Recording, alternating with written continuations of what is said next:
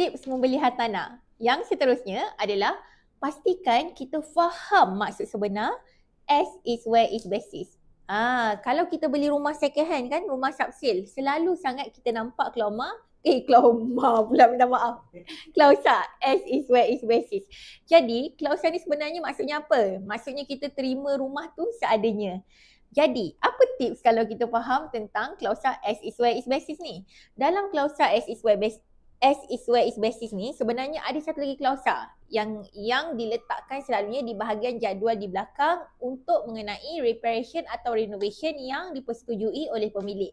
Jadi bila kita nak beli rumah second hand, tipsnya adalah kita boleh datang dulu ke rumah tersebut, kita tengok apa yang rosak, apa yang kita mungkin bumbungnya dah jatuh, atau mungkin juga electrician ni kita pun tak tahu sebab rumah tersebut dikatakan lama sangat dah orang tak masuk dan tak ada yang sedang menduduki. Jadi kita risau juga mungkin wiringnya juga masalah. Jadi kita sebenarnya boleh membawa defect liability officer, defect officer. So defect officer ni dia buat apa? Dia akan datang dan checkkan dan bagi kita anggaran, okey, berapa harga kerosakan yang mungkin sebenarnya kita akan tanggung apabila kita beli rumah tersebut. Kita juga mungkin boleh bawa kontraktor untuk tahu berapa kos anggaran reparation yang diperlukan. Jadi dalam keadaan macam ni, kita boleh anggarkan adakah berbaloi untuk kita beli rumah tersebut atau kita juga mungkin boleh orang kata berunding dengan pemilik untuk mendapatkan harga yang lebih rendah supaya untuk kita menanggung kos-kos pembaikan tersebut.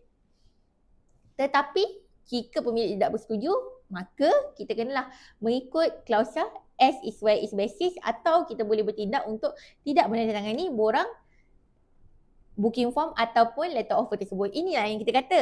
Sebab tu penting untuk kita check berapa kos yang kita nak buat semua untuk rumah tersebut dan check rumah tersebut.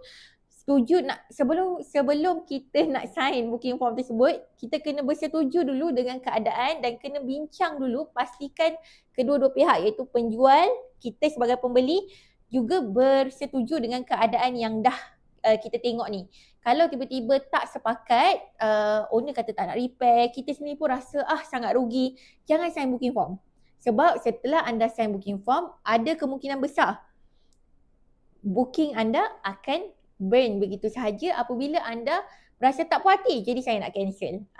Okay?